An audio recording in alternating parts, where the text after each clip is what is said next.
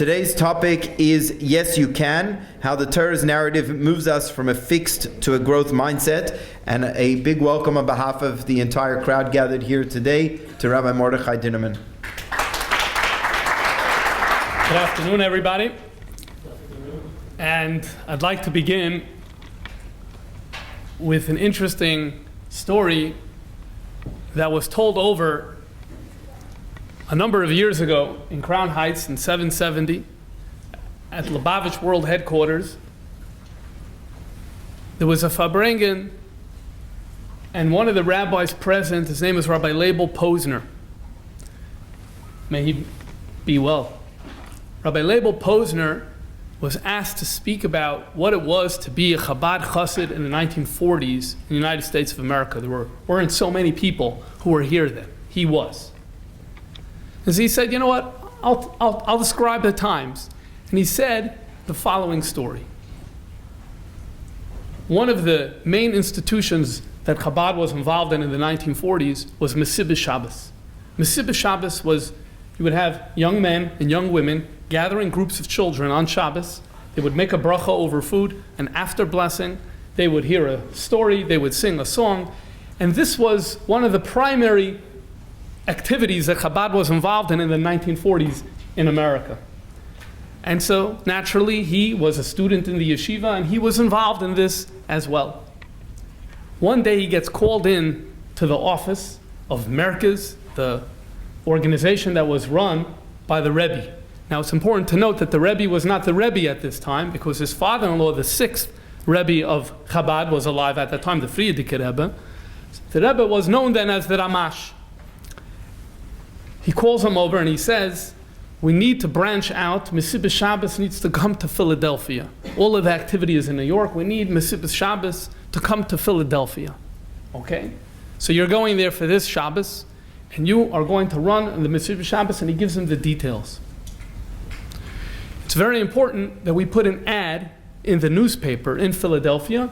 It was known as the Morgen Journal. It came out in multiple cities. And the Morgen Journal that comes out in Philadelphia, there needs to be an ad that says that you are coming to run the Mesibah Shabbos.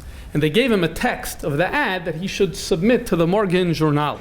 And the text of the ad said that a rabbi is coming. It was in Yiddish, as a Rav kommt. A rabbi is coming from New York to arrange a Mesibah Shabbos for the children, and everyone's invited to come. So he sees the proposed text, and he looks at the Rebbe and he says, it's great, it's wonderful. One problem, I'm not a rabbi, I'm not ordained. So I have a little bit of a problem with the text that says that a rabbi is coming. Ich bin nicht kein Rav, I'm not a rabbi.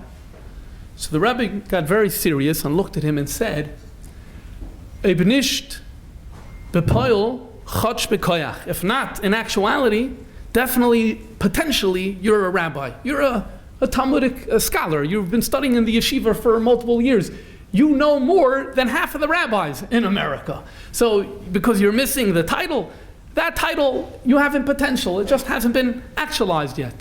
Then the Rebbe continued and said, but if indeed you don't have it in potential, then that indeed is a problem, because how could it be that someone who's a student in the yeshiva for so many years doesn't even have it as a potential? In other words, the Rebbe's point was, you have it there in the potential. What is there to worry about? Yes, the ad can say a rabbi is coming from New York to run the Mesibah Shabbos. Okay. The last thing he's told is that when you get there, bring a copy of the newspaper back. We need it for our archiving purposes. We need a copy of the ad in our newspaper, in our files. No problem. He goes to Philadelphia. He takes the train from New York to Philadelphia on Friday. He shows up to town. He goes to the store to buy the Morgen Journal. And as you say in Yiddish, is geworden finster in die Augen. He got very, very disturbed by what he saw. What did it say? There was a big ad that it says, a Rebbe kommt from New York. That a Rebbe is coming from New York. Oh, God, I'm not a Rebbe. Something got lost in translation. He said, fine, what is he supposed to do? He runs a Mesibah Shabbos. A lot of children came. It was very successful. He follows orders. He takes the ad. He brings it back to the Rebbe. Brings it back to the Rebbe. The Rebbe looks at the ad, breaks into a huge smile. And he said, Reb Label, ding sich nicht. Don't argue with me. Du hast nicht gewollt sein a Rav, haben wir von dir gemacht a Rebbe. You didn't want to be a Rav, you didn't want to be a rabbi, so we turned you into a Rebbe. This story, Leibel Posner said at a Farbrengen in the mid-1980s when he was describing what life was like during the decade of the 1940s and 770. This story speaks to me because very often human beings face the situation, face the moment where we don't feel like we're ready to live up to a certain expectation. I am not that. That is a role I cannot fill. I don't have that in my ability. And we need that other voice to remind us that indeed we could step up. Indeed, it's right there. It's in the potential. It's just a question of whether we're going to be ready to actualize it or not. That's a very, very important theme. And for the next few moments, I want to, as we now are concluding the Sefer of Bereshis, we're reading now Vayikash, the penultimate Sedra, and it's worth taking a look back at Sefer Bereshis. We'll look at 4 scenes in Sefer Bereshis and notice this challenge where a human being says, I can't do X, a certain thing. And let's notice how this is a major theme in Sefer Bereshis and how important it is for us to consider how this relates to our own lives. Scene number 1, we'll begin with Noach. There is a famous Rashi where Rashi quotes a Talmudic teaching that Noach had compromised beliefs. The language that Rashi uses is Noach mikatnei amonah. He wasn't a great believer. Why? Why was Noach not a great believer? Because if you analyze the text of the story of the flood, what we find is that the text alludes to the fact that he went into the teva mipnei mei hamabel, because of the rain of the mabel, indicating that he wasn't really sure, is this flood going to happen or not? He didn't really believe in what God had to say, and so therefore he waited. When he saw the rain is coming, then he's like, okay, I need to go in. So Rashi says, Noach mikatnei amonah, he was not proficient in belief. So the Barditchever, Rabbi Levi Yitzchak of Barditchev has a sefer that's called Kedushas Levi. In the sefer Kedushas Levi, he asks a very simple question.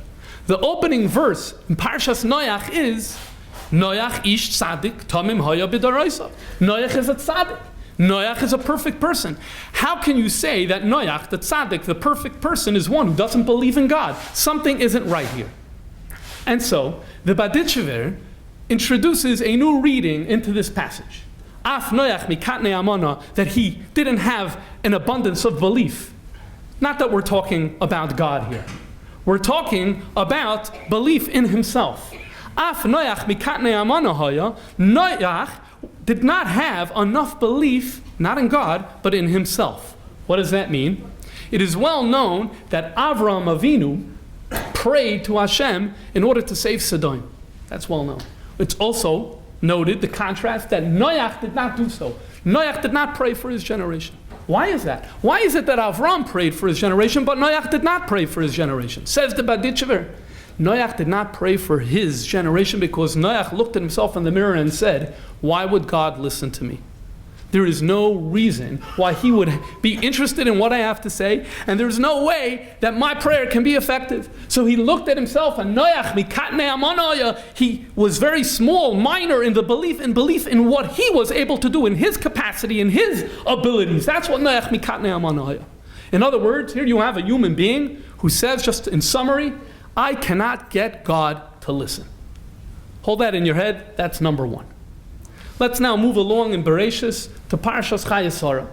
And in Parshas Chayesara, Avram Avinu calls over his Eved and says, I need you to go down to Mesopotamia to find a wife for Yitzchak.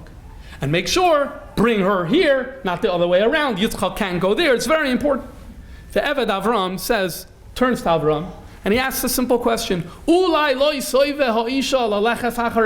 Maybe she's not going to be willing to come. Meaning there's another human being here who has her own opinions. And there's her family who has their own opinions and their own agenda.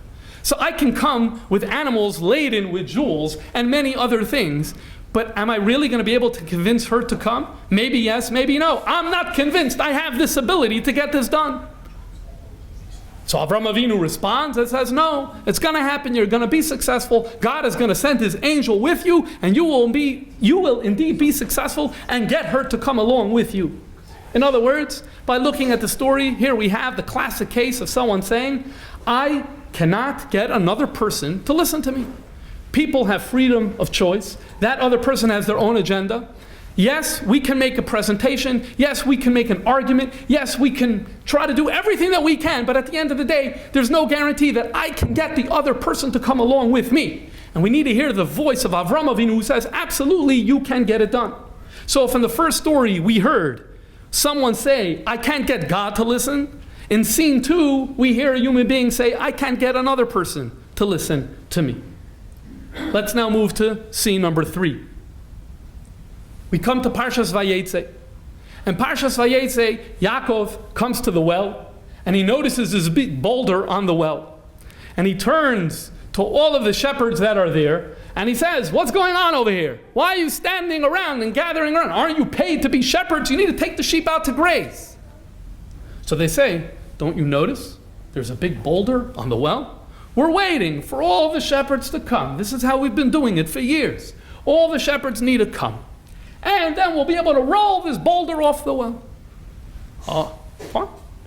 Now here's the question. Was Yaakov blind? Did Yaakov not see the boulder on the well? He saw it.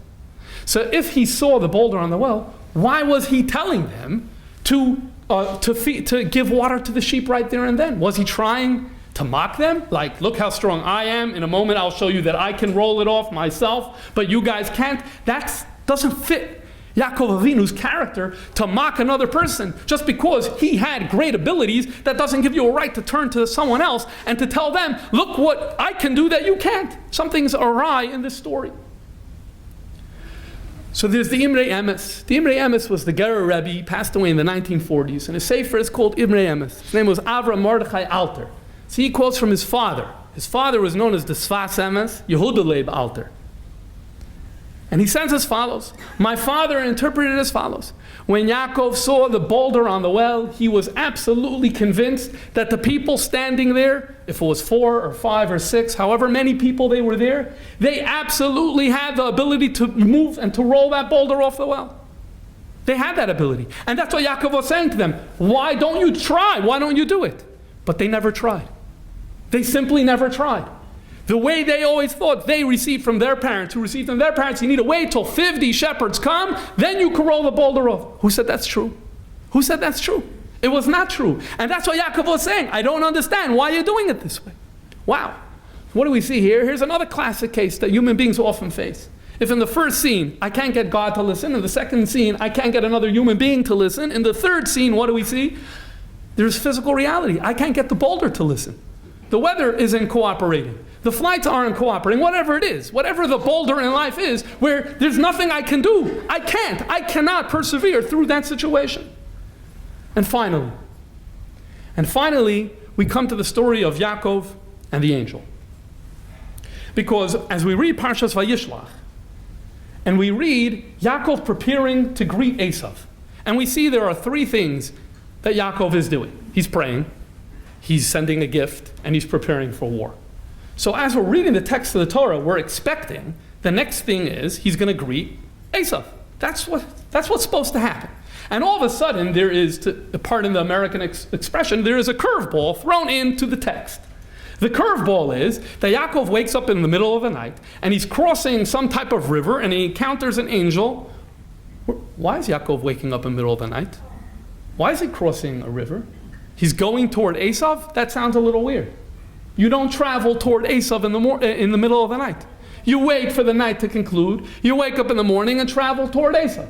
Why is Yaakov waking up in the middle of the night? You'll notice, you'll look, Rashi doesn't address this question. Rashi does not tell us why Yaakov woke up in the middle of the night. I'm not sure. We could analyze and discuss what Rashi has in mind for us when we're reading the text. But I want to call your attention to Rashi's grandson. Rashi had a grandson known as Reb Shmuel ben Meir, who's known as the Rashbam, and he too wrote a commentary on the Torah. Very, very interesting commentary. If you have extra time, or even if you don't have extra time to examine the Rashbam, very, very insightful. There's an English translation. The Rashbam says as follows. When Yaakov was sending all of those gifts to Esav, that wasn't real. He wasn't planning on meeting Esav and actually appeasing him. This was complete decoy. Complete decoy. He's sending him the gift. So Esav would think that Yaakov has in mind to come. That would serve as a decoy. Yaakov could then wake up in the middle of the night and cross the river and run away. He had no intention of greeting Esav. Why would anyone want to confront an enemy, someone who has promised to kill you? Why would anyone want to meet such a person? And from the language of the Rashbam, it also seems that this explains why he's going through the river. If you want to run away without a trace, great way to do that is through the river. Then you can't follow your footsteps. This is Yaakov's plan. That's why the text of the Torah goes out of the way to say that it's through Mavar Yaboik, through the river. So that's why Hashem says, oh no, you're trying to run away? Not on my watch. I'm sending an angel to hold you back. That's why the angel comes. The angel comes to hold Yaakov back. Why? Because Hashem wanted to teach Yaakov a lesson. You're saying you can't? You're saying you can't overcome your enemy? You're saying you can't appease your enemy? You're saying you can't win over your brother who hates you? You actually could. You actually could, and you actually will. And I want to demonstrate that to you, so I'm not going to let you to run away. So in summary, you can do this with many of the parshias of the Torah, but I thought it would be wise to suffice with 4. Because I think this 4 covers the range that most of us have to deal with all the time, or from time to time. A moment in life when we say, there's no way Hashem will listen to me. A moment in life where we say, there's no way that other human being will listen to me. The moment in life we say, I can't survive through this physical difficulty, the boulder. Or the moment in life when it's an enemy. It's not just another person. I cannot win over my enemy. And the common denominator in all 4 of these stories, what the Torah wants us to know and recognize, is that as much as the challenge is real, the conclusion that I can't is very often not real.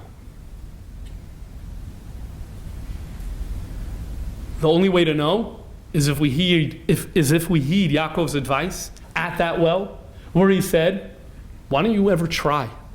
Why don't you ever try? You won't know until you try.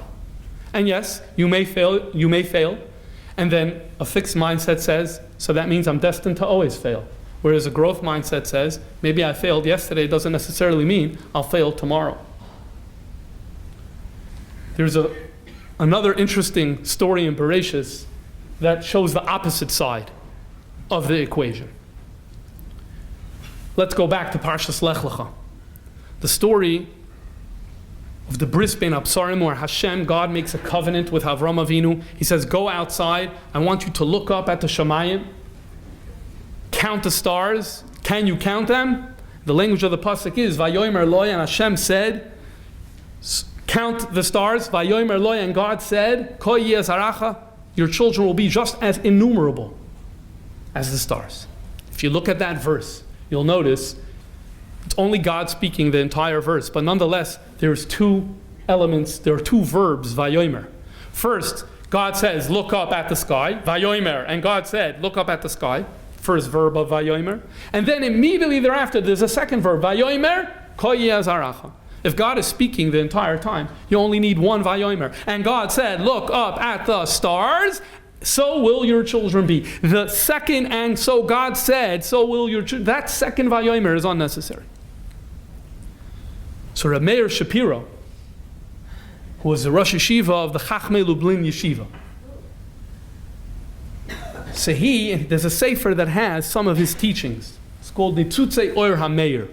In this sefer, he says as follows. When God told Avram Avinu to walk out of his tent and gaze up at the sky, and God said, and count the stars, Avram Avinu doesn't take that as some rhetorical flourish. That's a mitzvah saseh. That's a divine command. God said, count the stars. So Avram Avinu started going. 1, 2, 3, 4, 5, 6. It's a task that cannot be completed by definition. And Avram Avinu knew that it's a task that cannot be completed. But he knew that God had said, go out and count the stars. And so he did it. And God observes this. Vayomer. So now God initiates a second speech and says, Ko yeh zaracha. This is what your children will be like. Am Yisrael is going to be a people who, even when the task seems impossible, but if they heard a command where God says, go and get the job done, they will go and they will do the work. And when I first heard this, I said, well, what a ridiculous idea that is. That sounds so ridiculous. You can't ever be successful in this task. What is valid about this idea of trying to count stars if you know you cannot do so successfully? If I told you something is impossible, how does this make sense? But I realize, at least partially the answer to that is, but what's the choice? What's the other option? The other option, to just do what we think we can? Oh my God. That would be, could we imagine the travesty if every person would only do what they think they could at first glance? We all know that every human being could accomplish so much more than we initially think. The only attitude that makes sense is the kol yeh zaracha, to have that attitude even when it seems impossible, I'm going to try. Because only when we have that type of attitude, then we know that we can hopefully maximize the things that we're actually able to do. But if we go in with a mindset of, I look at the situation, and based on my first determination, I'm going to decide if this is possible or not, we're not better off, and the world isn't better off. So let me share a few stories, or a couple of stories, that I think convey this theme. There's a book of Sipurei Hasidim, stories of Hasidim, that was written by Rabbi Folakan. It's called Shemuas V'Sipurim. These are the stories. He was in Lubavitch in Russia as a youngster, and he heard a lot of stories, and he put this into writing, and it's a very valuable resource. So he says a very cute story. In Nevel, there was a town in Russia called Nevel. And there was a man whose name was Zalman der Hering. Zalman der Hering, why der Hering? Because his parnasa, his livelihood, came from selling fish. Anyway, one day, that's the way it worked then. You got, your last name was based on your occupation. One day his landlord calls him over and says, listen, I need to sell the house. I have to sell the house. So you can buy it, you have the first right to buy it. If you can't buy the house, I need you to vacate by this and this day. The problem was he didn't have the money to buy the house. Theoretically he could, but then he wouldn't have the money to invest in his fish business on a weekly and a monthly basis. So he really does not know what to do. What does he do? He travels to Lubavitch to meet the Rebbe Rashab, the 5th Rebbe of Chabad. He comes into his room, says, Rebbe, boy, do I have a problem. On the one hand, I need to get out of the house. On the other hand, I'd love to buy the house. On the other hand, I don't have enough capital for the fish business and to have the home. The Rebbe Rashab listens to the problem and says, you should do both. Buy the home and continue your fish business. So he leaves the room, he's distraught. What new information did I get here? I didn't get any new information. I knew that theoretically that would be ideal, but I just don't have the funding. So what did I hear from the Rebbe? I didn't hear anything. He's thinking. He says, you know what? He came up with a plan. He goes over to the landlord and says, how about I pay half now, and then the rest, the second half, I'll pay in installments. And he goes to his fish wholesaler and says, how about if for the next year I pay half now and half in installments? Both of them agreed, and he was able to do both. It's not a dramatic story by any means, but it's such an important story. Because he couldn't figure out on his own the solution. I can't. He didn't have the ability. And he had to travel all the way to Lubavitch to hear words that weren't new to him. And he still was in a mindset, I can't, but the solution was right around the corner. It's just that extra effort to go and to find it. And now I'd like to share a story, another story, that has importance for me on a personal level. I am married to a fine young woman by the name of Nechama Dina. Her maiden name is Loshak. The Loshaks come from Melbourne. So my father-in-law has since passed away, grew up here in Melbourne. And I did not hear this story from him. But I heard the story from the Bacharim who were shluchim here in Melbourne in 1970-71, 69-70. So a little bit of background about my father-in-law. He did not grow up in an observant home, but for whatever reason was sent to the high school, and he was learning here in the high school. But it was very clear to him and to the family that it's just till they finish high school, and afterwards he's going to be moving on to university. Well, as the date for high school was finishing and getting closer to the time to come to university, various people in the community, and the Bacharim Shluchim as well, who were here, started telling him, you have to go to yeshiva, advanced rabbinical studies, whether here, whether in Israel, whether in New York, What's the university later? You'll figure that out later. Now you need to go to yeshiva, advanced Torah learning. There's many people who are going to university. How many boys do we have going to yeshiva? You got to do this. Anyway, he's hearing this day after day after day after day. What do? You know what? I'm going to send a letter to the Rebbe. He sends a letter to New York, and he expresses his entire situation. And basically, he's explaining the pressure that he has from his father and from his mother. He was the only child. And it's really important for them that they go to university. It's amazing he was able to go on this journey till this point and to be able to be in yeshiva till 12th grade. Amazing, but he really needs to go to college. On the other hand, there are people saying this, so what should he do? Well, the response that came actually was a surprise to some. He should go to university. Okay, so he's prepared to go to university. A few months later, Rabbi Sarabransky from Melbourne was in New York and had a yechidus with the Rebbe. He had a meeting with the Rebbe. They were going through different aspects of the yeshiva, and the name of Yosef Loshak came up. And the Rebbe told him the following. The Rebbe said, the reason I told Loshak to go to university was because I saw he was under immense pressure from his family. He was anyway going. So because he was anyway going, I told him that he should go to university. Okay. Rabbi Sarabransky came back to Melbourne, and we could debate the ethics on this another time. He leaked this information to the Bachrim Shluchim. He told them that this is what the Rebbe said. They walk into the room, Loshak, the Rebbe thinks you're a coward. The Rebbe thinks you're a wimp. You don't have the ability to withstand the pressure of your family. Anyway, he heard this. This was not something he wanted to hear. And it brought out in him a very, very, very strong desire that no, I'm not a wimp. I'm not a coward. I could stand up to my family. I could get this done. The end of the story is he went to yeshiva with the consent of his mother and the consent of his father. And when he arrived in Eretz Yisrael, in the yeshiva, there was a car waiting, driven by Rabbi Shimon Hertz, who today lives in Crown Heights, was there, who picked him up. So he said, why'd you come pick me up? He said, we got a phone call from New York that when Loshak comes, he needs to be picked up at the airport. Okay? Look at this story. So one of the shluchim told this to me. What an amazing story. Even the Rebbe looked at this young man's letter and said, he doesn't really have the ability. The Rebbe didn't respond to him, yes, you can. The Rebbe didn't respond that. It seems that at least on a basic level, it wasn't possible. It really wasn't possible. And even here, it was possible. Even here it was, as the circumstances showed. So I think, as parents and educators, this is a crucial idea. To show the children that are under our care that no, they're not infinite, and no, they're not omnipotent. No, it's not the case that they can do anything and everything, but one thing is sure, they can do much more than they think they can.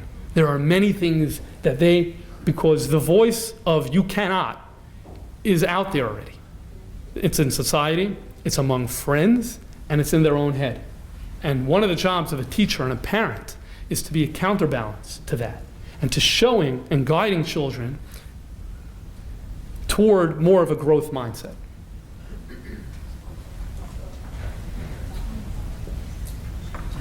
Now I want to call your attention in this regard. We always look, in Chabad, we always look to the Rebbes as a role model. And here too, the relationship between the parent and the child in this regard is in a fascinating letter from the Rebbe's father to the Rebbe. In 1928, the Rebbe left, the seventh Rebbe, he left Russia. His father stayed behind. Their connection was preserved now only through correspondence. Much of their correspondence was about Torah learning. Meaning, the new novel Torah ideas that Reb Levi Yitzchak would have, he would communicate to his son, and the new Torah ideas that the Rebbe would have, he'd communicate to his father. At a certain point in 1936, it seems, the Rebbe said about one of the Torah ideas he wrote to his father that they ain't no good. And the Rebbe, we don't have that letter, but we have the response from his father. The Rebbe responded, about your novelties in Torah that you introduced, I disagree with you. You're belittling yourself, saying that there's nothing new there. This is not true. And then he alluded to a passage from the book of Shmuel, the story of Shaul. Shaul was commanded to destroy the Amalekites. And the reality is that he did not listen to this command. He kept many of the possessions and the cattle which the Jewish people were going to keep to bring as a sacrifice to Hashem. And Shmuel confronts him, the Navi confronts him and says, what happened to our command? Why did you preserve all of this material and take it for yourself? If you look at the text, if you take the book of Shmuel and you read the story, you'll see that Shaul blames it on the people. He says, Chamal ha'am, the people had mercy. He doesn't say it's his idea. The people, this is what they wanted. So Shmuel then looks, Shaul HaMelech looks at King Saul and says, Im katoin ata be'einecha, if you are small in your own eyes, Roish Shiftei Yisrael ata, you are nonetheless the head of all of the tribes of Israel. In other words, that's an answer? The people wanted this. Where's your leadership? In other words, Shmuel was telling Shaul that Shaul was afraid that if he would say, but let's not do that, let's do it a different way. He was afraid he was going to be mocked. He was going to be run out of the room. No one would listen to him like in the other stories that we saw earlier. And so therefore he just let it be. To which Shaul was saying, you're small in your own eyes. Come on, you know who you are. You're the king of all of Am Yisrael. Well, the Rebbe's father, coming back to 1936, says, this that you say about your novel Torah ideas, that they aren't any good. Not true, my son. Im kotain ata be'einecha haloi roish, etc. If you are small in your eyes, that's not the case. Haloi roish, etc. He didn't continue the verse, but you are the captain, the chief, the head of the Jewish people. Hema toivim oid. Here we have a great example of a father speaking to an adult child. 1936. Where the child says, they aren't any good. And that's a very normal thing for a child to say. Obviously, when we're dealing with Rebbes, everything's on another level, but there's also the part that has to be applied to our lives, where we say how that applies to us. And as a father of 4 children, I only hope that this is a message I can convey to my children, beside for the idea that it's something I know I need to work on myself. And so in fact, if we look at the Rebbe's talks, if we look at his discourses, if we look at his letters, this is a running theme throughout. There are hundreds and hundreds of points of teachings from the Rebbe that revolve around this idea. You said you can't? Not true. In all other categories, whether it's I can't because Noah's version, I can't get God on my side, I can't get another human being on my side, I can't get this boulder on my side, or I can't get an enemy on my side. So I'd like to share a few examples, and then we'll close it out. Number 1, there is a very famous story, and I think some of you in the room are aware of this story. It's called the No Small Jew story. But what I failed to realize until recently was an interesting twist in this story that needs to be called to attention in order for us to recognize its power. In very short, there was a shliach of the Rebbe, Rabbi Kotlarsky, may he be well, who ends up in an island in Curacao, meets a Jewish family that's there, and helps them with a need that they had at the time. This is in 1986 in the community. They eventually come to Brooklyn, and they joined the Rebbe's Purim Farbrengen in 1986. And he received some attention at this Farbrengen. He said l'chaim to the Rebbe. He felt really warm. He felt cuddled. Jaime Grossman was his name. He felt really special. And he writes a letter to Rabbi Kotlarsky. And he basically says, I returned home. We're very thankful. The trip was wonderful. And he added a line that said like this: tell the Rebbe that a small Jew from Curacao felt that the Rebbe Shlita, meaning the Rebbe, may he be well, touched my soul. Thank you for doing it. Okay. Rabbi Kotlarsky took this letter and sent it in to the Rebbe. The Rebbe responded with a letter to Jaime Grossman that says as follows: your message has been received. Thank you very much. Then the Rebbe added a note as follows: I must, however, take exception to you referring to yourself as a small Jew from Curacao. There is surely no need to emphasize And here the Rebbe goes into the whole idea of, it speaks about in Tanya, every Jew has a soul, and that soul is a part of God. And so if we have a part of God that's within us, how can you say that a Jew is small? Okay, this part of the story is fairly well known. I always thought that it was about good versus great versus small. It's not really great versus small, because listen how the letter continues. So because we have the neshama, therefore there's no such thing as a small Jew, and a Jew must never underestimate his or her tremendous potential. What horrified the Rebbe when he saw him, Chaimi Grossman, saying, I'm a small Jew, the Rebbe was horrified by the prospect that this means someone saying, I can't. It wasn't so much about the word, small Jew, Jew is great, come on, don't put yourself down. No. The idea that a person underestimates their potential, that is severe repercussions, and that's something that cannot be tolerated, and that's something that has to be pointed out. Number one. Number two. There was a Jew in New Haven in 1975 who looked at the landscape, at the scene of Judaism in the city of New Haven, Connecticut, and determined that much more needed to happen there. It was not enough. So what do? You turn to the Rebbe and say, send a shliach. Many communities across the globe did that. They turned to the Rebbe, they wrote, please send us a shliach. So he wrote to the Rebbe, please send us a shliach who has skills, who can get the job done, because there are so many needs. And yes, there are things going on here in the community already, but guess what? It's not up to par. There's so much more potential. Please send somebody. The Rebbe responded, I already sent somebody. I already sent a shliach. His name is Rabbi Moshe Yitzchak Hecht. So what you need to do is you need to get to know Moshe Yitzchak Hecht, and you'll see everything will resolve itself. Get to know his abilities. You'll be able to see he's your guy to get this done in New Haven. Okay. P.S. Who's the one who wrote to the Rebbe and who received this response? His name was Moshe Yitzchak Hecht. Here you had an individual who was basically saying, I can't. You need to send somebody else. You need to send someone who has the capacity to get the job done. And the Rebbe said, that's done already. And the language of the Rebbe is, if only you got to know Moshe Yitzchak Hecht and his tremendous capacity, you'll realize everything is there already. Number three. There's a letter of the Rebbe in 1950, the end of December 1956, to Rabbi Yeshua Zalman Serebrensky, here in Melbourne. We don't know exactly what Rabbi Serebrensky was writing about, but clearly it was about difficulties. A lot of difficulties.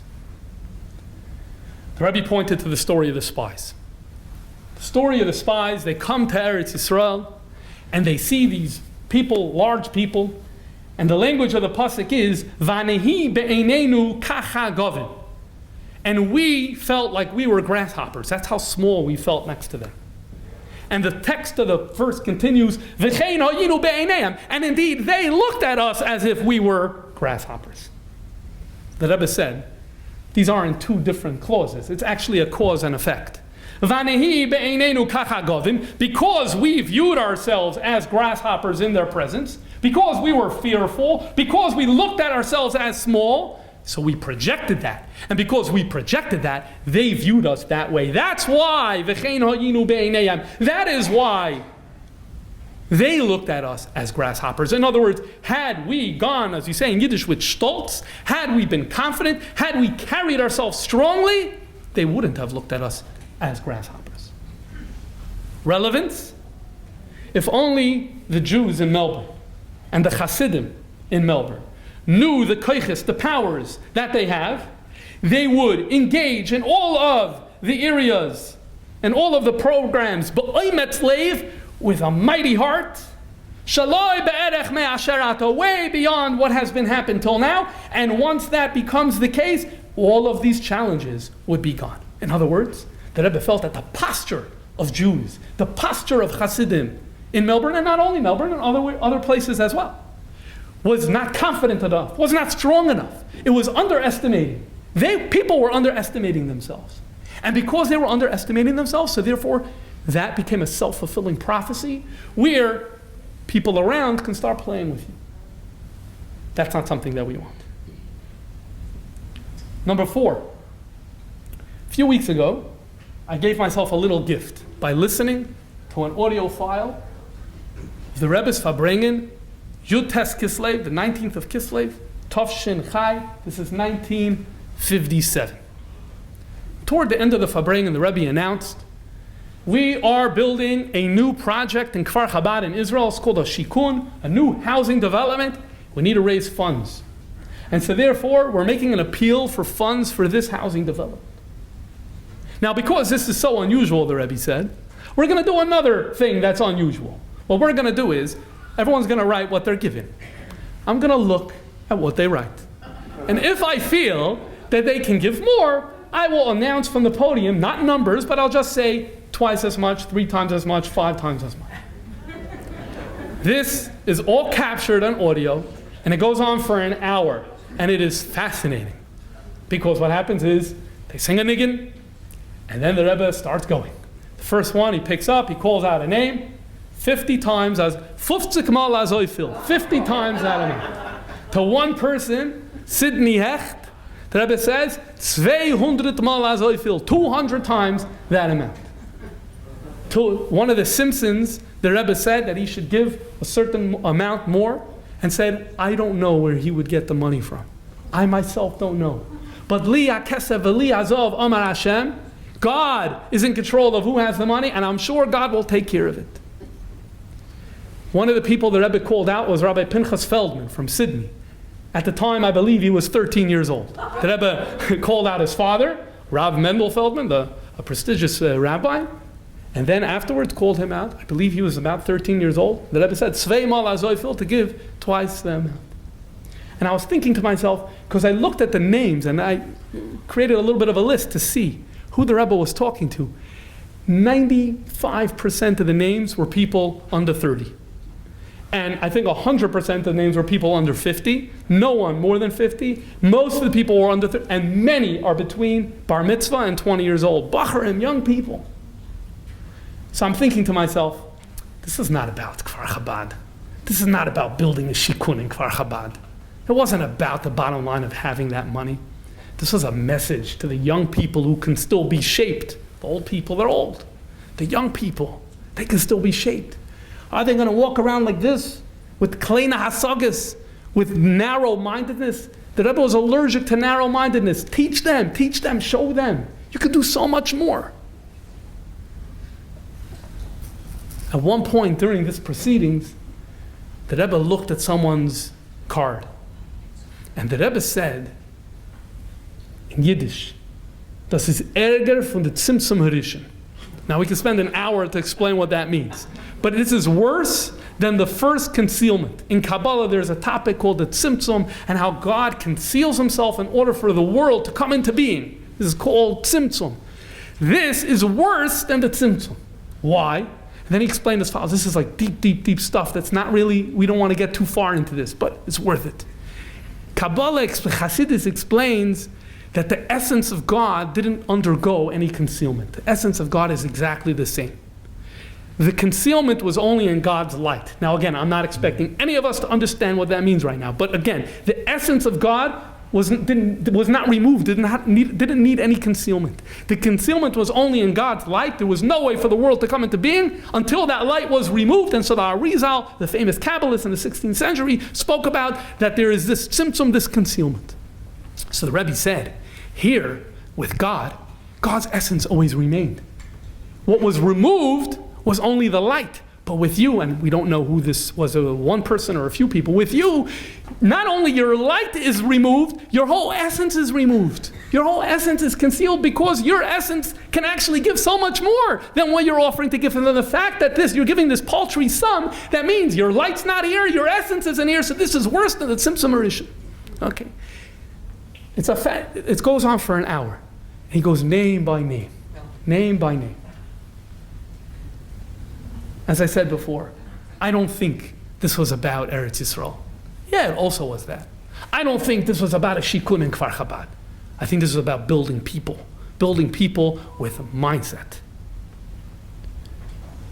You know, whenever if you ever have an opportunity of watching people go by the Rebbe for dollars, you'll notice that very often the Rebbe is asking people to do more. Very often. It's a constant theme. Someone goes by and says he built a mikveh, the Rebbe says, okay, that was one. How about 5 mikvahs, right? Gave $250,000 tzedakah, how about $1 million, right? How much? These instances, there are 2 ways of looking at it. One way of looking at it is, the Rebbe looks at the Jewish world and sees that we need more mikvahs. So when someone comes by and says that he did 1 mikvah, so the Rebbe says, the Jewish world needs more than 1 mikvah. So that's a needs-based driving force behind this. And that's a valid way of looking at this, but I'd like to suggest that there's a second way of looking at this. And it's not so much about the need in the world, but it's about the person who's standing in front of him. The person who's standing in front of him can do much more. And the Rebbe wants to give us the gift that we should be able to know ourselves and know what we're truly capable of. So therefore the Rebbe is saying, why only that amount? You can do so much more. And once we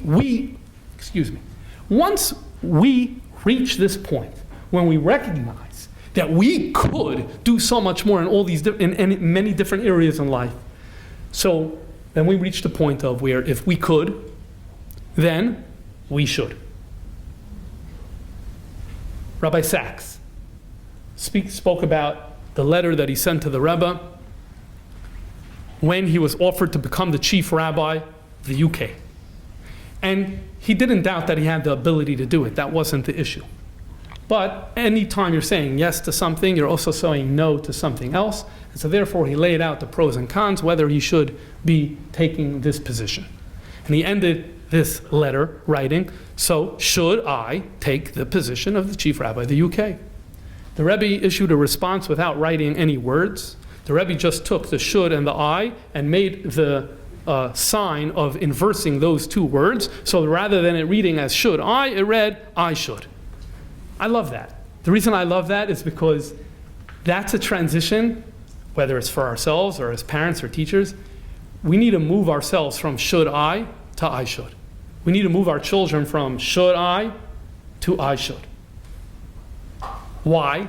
Because if we have the could and we fail to actualize it and fail to use it, then that's a little bit of a problem. Which brings us to a famous story of Talmud, from the Talmud.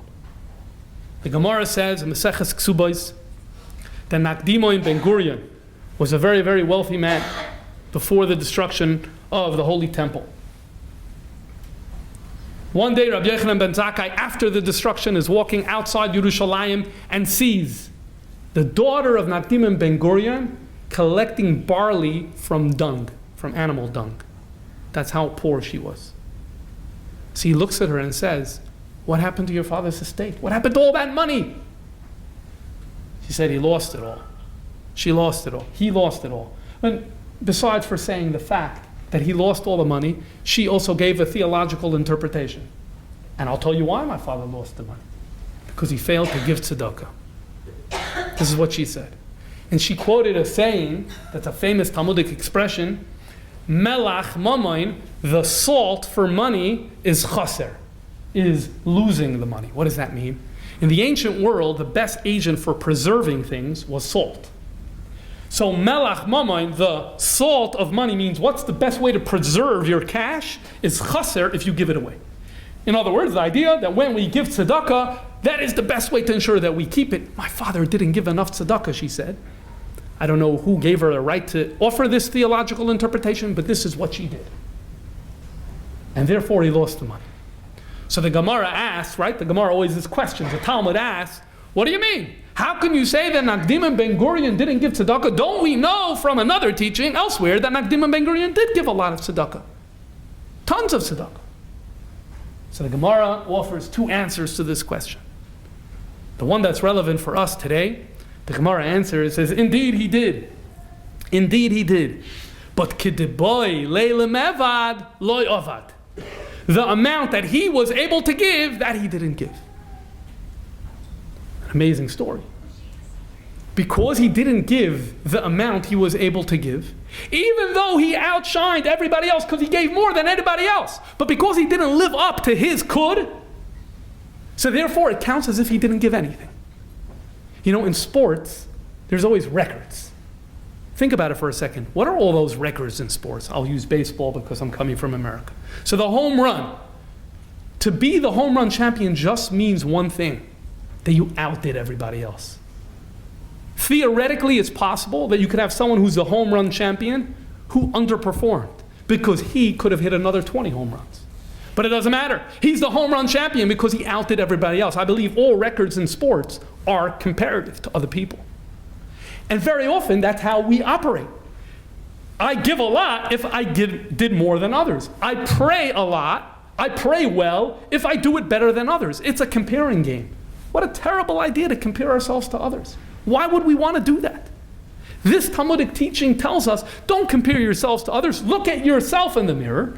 First hump you need to overcome is the fact we're to move from a mindset of I can't to a mindset of I could. And then the second thing is, once we get to the place of I could, it therefore needs to be and I should. I need to maximize my potential. I need to be true to myself. It's irrespective of what other people around me are doing.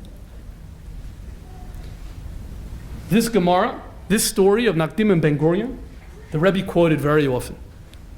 In fact, tonight we move into Hey Teves, which is a day in which, in the 1980s, there was a trial about the library, the Chabad library. I can't go into details in discussing the nature of this trial right now. For those who are interested, I'm sure you could read about it elsewhere.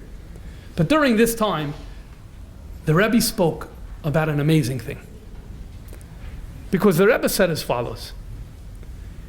At a certain point during the trial, it was said, the issue was, does the library belong to Agudas Chasidei Chabad, the collective organization of Chabad, or is it private property? Someone said, it can't belong to Agudas Chasidei Chabad because it's a phantom organization. That was the language. It's a phantom organization that is nothing other than a burial society. This is what was said. And so therefore, by definition, it can't belong to a phantom organization, so it must be private property. Well, and the Rebbe heard this. The Rebbe said, what? Agudas Chasidei Chabad is a phantom organization? Look at Chabad around the world. This is a phantom organization? It's a joke. How could anyone even say something like that? But then he said as follows. If we heard it, it must mean it has a message for us. We shouldn't just throw it out. We shouldn't just say, oh, they're saying ridiculous things in court in order to gain a library. If we heard that, it must be there's a message for us. The Rebbe said this during the trial. Zos Chanukah, Tafshin Mem Vav, the end of 1985, or the beginning of 1986. So what lesson is there for us? And he quoted this Gemara. He quoted this passage of Talmud. They say that we're a phantom organization. Of course we're not a phantom organization. Look, by the 1980s, what Chabad has accomplished all around the world, that's great. But it's not about outdoing others. Have we realized our potential? He quoted this Gemara in Subas, did we achieve what we were able to do? And if not, then let's get going. And the Rebbe made a few concrete proposals then about dealing with children and with seniors, things that we could grow into new areas and new demographics to achieve new things. Because if we heard that, there has to be a message for us in there. And so, I think this message that from children we start learning Sefer Bereshis at a very young age, I'm trying to show that embedded into the text of Sefer Bereshis, and embedded into the Talmudic passages, and embedded in Rashi, and embedded in the teachings of Chassidus is this constant message. Because this message is crucial, it's important for us to apply to ourselves, and it's important for how we speak to our children and other people that we need to influence. And there are so many different expressions of where this may apply. Perhaps it's in a spiritual matter. I cannot pray in a certain way. I cannot study in a certain way. And here, I hasten to add that even the conversation of I can't, at least it means it's a conversation in your mind. Sometimes we move so far away from it, it's not even a conversation. It doesn't even come up. We don't even say I can't because it's completely irrelevant. So for example, I don't say I can't be an astronaut. It's just so completely out of my league that conversation doesn't even come up. And that also happens in our lives. And it shouldn't. So whether it's a spiritual matter, whether it's a physical matter, dealing with challenges, endurance, perhaps there's a family member who we said we cannot be in a positive relationship with them anymore. And we take that as a given. There are so many examples, and we're invited to revisit those. And the Torah invites us to revisit those. Doesn't always mean we'll be successful right away, but it is definitely the wrong approach if we just throw in the towel and don't even try. So I'd like to conclude with one more story that talks very much to me. And this is, perhaps some in the room were actually present when this occurred. Simchas Torah, Tafshin, Chof Tes, 1968. There was a Jew from Israel whose name was Reb Shmuel Katan, or Katan, which by the way means small. Keep that in your mind for a second. Who brought a violin. And at the end of the Yom Tov, it was customary for the Rebbe to pour from his cup into everyone's cup, Kaishal Bracha, the cup on which the blessing of Havdalah and benching was said, that everyone could partake in that cup of the mitzvah. He went by and he told the Rebbe that he has brought his violin. There's a lot of singing going on. He would love the opportunity to play his violin in front of all of the Hasidim and the Rebbe. The Rebbe said, please be my guest. He takes out his violin and starts singing. The niggin that they were singing at the time, by the way, just to clarify, I wasn't there, in case. The niggin that he starts reading, that he starts playing at the time, is known as Esen Esach. That's the niggin. Part of the niggin goes like this. Haya ya yeda mama yeda yeda ma yeda da ya yeda yedam aya yo yeda mama ma yeda do yo yedum. Well, the Rebbe heard him play, and the Rebbe was not happy with something. The Rebbe said, there's something wrong with the way you played it. He didn't play it the way I just sang it. Played it a little different, a little bit of a knetch that was different. So he tried it again. The Rebbe said, no, it's not right. It's not right. So they brought over Chazan Talashevsky. Chazan Talashevsky knew how to read musical notes. He took the notes that Shmuel Katan was playing from and he sang it. And the Rebbe is listening. No, that's wrong. It's not the right way. It's not the right way to sing the niggin. All right, so now they need to teach him the right way. The problem is when you're used to playing a niggin and you learned it one way and you've played it thousands of times that one way, it's very hard to unlearn that. And so he tries, but he fails. Tries, he gets it, but then on the second round he fails and he slips back, and each time, if you want to know the difference, I believe it was, okay, I'm not going to sing it for now, but it's a very, very small, subtle point at the end of the part that I just sang. And he gets it one time and then loses it and gets it again. Each time, the Rebbe's involved. He's looking. The Rebbe's not doing a thumbs up, but saying, yes, that was good, or no, that wasn't good, and making with his hand. Finally, after like 16 tries, he got it. And now he's doing it again and again, and he has it right, and he has it good. And then at this point, the Rebbe turns to him and says a word in Italian. The word is penissimo. Okay, I don't know what that means, but I'll tell you what they told me. That this is a way of playing music in a softer tone, In other words, you got it right. Now that you got it right, let's make it lavish. Let's make it beautiful. Let's make it expert. Penissimo. And so he sings it, penissimo. Okay, they sang another few nigunim, and then it's time to leave. They sing the nigun, ki v'simcha seitzeyu. Ki v'simcha seitzeyu v'shalom tuva. Happy song. The Rebbe turns to him and says, crescendo. Crescendo. Now he did not hear what the Rebbe said. He knew what the word crescendo means, but he didn't hear. So the Rebbe said, crescendo meint the hepech from penissimo. It's the opposite of penissimo. The Rebbe is explaining to him musical concepts. Okay, so he starts playing a crescendo. Now I read this report in someone who was here in New York, who was very far away, but in New York at the time. He was present. He wrote a letter, this whole account, and I'm reading this, and I'm so fascinated by this. I feel myself drawn in to this story. And then he concludes with a line that says, the moral of the story is, the writer does, right? The moral of the story is, it's not easy to be the Rebbe's violinist. That was what he said. And I want to share with you what my moral of the story is. Because when you're reading this, you're like, leave the guy alone. Leave the guy alone. So who cares? Who cares? See, this way, that way. But that's a sort of a bias that leads us down the road of saying, yeah, he can't. He can't. And when you say he can this, then you're teaching him he can't other things, and then he teaches himself that he can't, and then he becomes locked into the mindset that he can't, and that's the end of the story. He could. We're going to try once, and twice, and 3 times, and 10 times, and 16 times, and then who was right? The Rebbe was right. He got it. He could do it. Now that you got it right, you can say, okay, I passed the test. No. Now let's bring in the luxury. Now let's bring out the pianissimo. Now let's bring out the crescendo. Because if we could, we should. L'chaim, everybody.